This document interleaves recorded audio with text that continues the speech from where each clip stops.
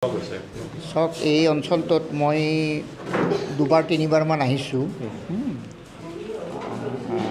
মই 93 মানত এবাৰ আহিছিলোঁ, এথেনিক ভায়োলেন্স যেতিয়া হৈছিলে, ইয়াত কেম্প হৈছিলে কিছু, তেতিয়া আহিছোঁ।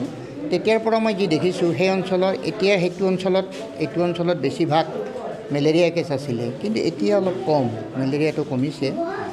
আৰু বেছিভাগ মই দেখিছোঁ ইয়াতে আমি যিমানখিনি বেমাৰী চাইছোঁ প্ৰায় আমি 80টামানৰ ব্লাড চুগাৰ কৰিছোঁ, কিন্তু চুগাৰ আমি 3জন মানুহৰে ধৰা পৰিছে।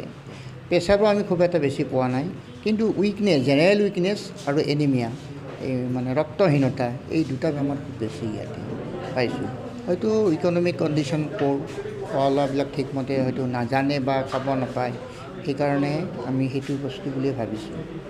তো আপুনি কি ধৰণৰ ব্যৱস্থা লোৱাটো তেওঁলোকক এডভাইচ কৰিব?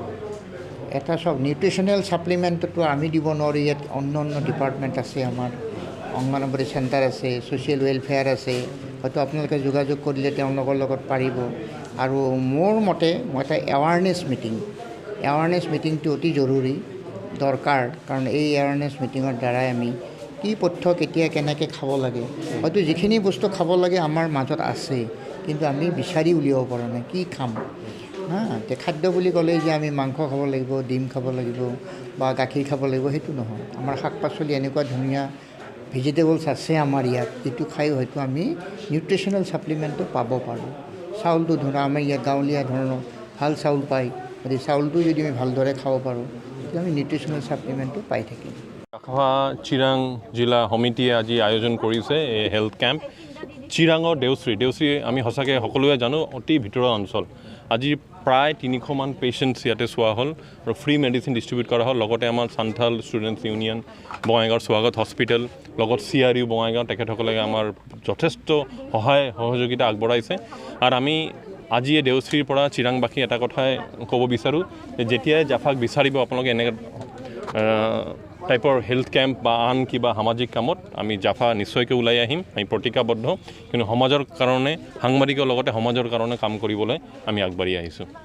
সান্থাল ষ্টুডেণ্ট ইউনিয়ন আৰু স্বাগত হস্পিটেল আৰু CRU এওঁলোকৰ ফালৰ পৰা জইণ্টলি যি হেল্থ কেম্প অৰ্গেনাইজ কৰা হৈছে আৰু দেউশ্ৰী এৰিয়াত, তাৰ বাবে মই গোটেইকেইটা অৰ্গেনাইজেশ্যনকে ধন্যবাদ জনাইছোঁ।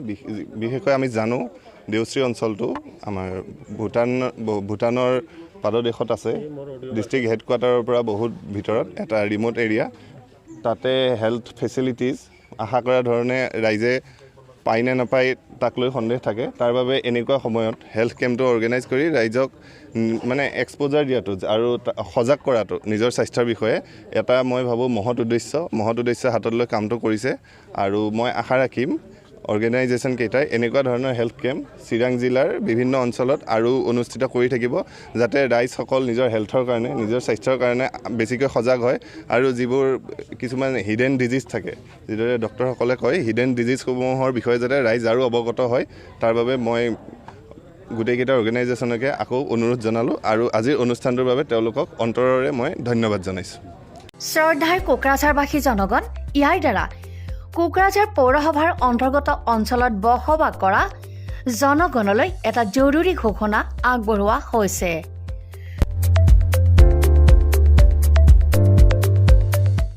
কোকৰাঝাৰ পৌৰসভাৰ অধীনত প্ৰপাৰ্টি বা হল্ডিং টেক্সৰ ছেল্ফ এছেছমেণ্ট আৰু ৰি-এছেছমেণ্টৰ কাম পূৰ্ণ গতিত চলি আছে।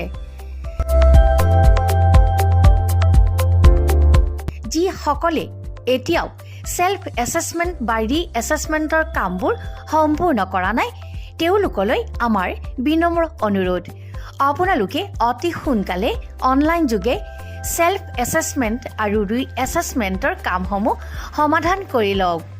তাৰ বাবে আপোনালোকে অনলাইন যোগে প্লে ষ্ট'ৰলৈ গৈ আছাম প্ৰপাৰ্টি টেক্স এপছটো ডাউনলোড কৰি এই এপছৰ দ্বাৰাই আপোনালোকৰ আধৰুৱা কামবোৰ সম্পূৰ্ণ কৰি ল'ব পাৰিব। নতুবা play.google.com/store/apps/ৱেবছাইটৰ জৰিয়তেও আপোনালোকে আপোনালোকৰ কামসমূহ সমাধান কৰিব পাৰিব। যদিহে আপোনাৰ অনলাইন যোগে আধৰুৱা কামবোৰ কৰিবলৈ অসুবিধা পাইছে, তেতিয়াহ'লে আপোনালোকে কোকৰাঝাৰ পৌৰসভাৰ কাৰ্যালয়লৈ গৈ ৱাৰ্ড কমিছনাৰৰ পৰা প্ৰয়োজনীয় আবেদন পত্ৰ অৰ্থাৎ ফৰ্মসমূহ সোনকালে সংগ্ৰহ কৰি লওক। বিতংকৈ জানিবলৈ কোকৰাঝাৰ পৌৰসভা কৰ্তৃপক্ষৰ সৈতেও যোগাযোগ কৰিব পাৰিব। ইতিমধ্যে আপোনালোকৰ সহায়ৰ বাবে মেগা কেম্প কাৰ্যসূচী অনুষ্ঠিত কৰি থকা হৈছে। ধন্যবাদ।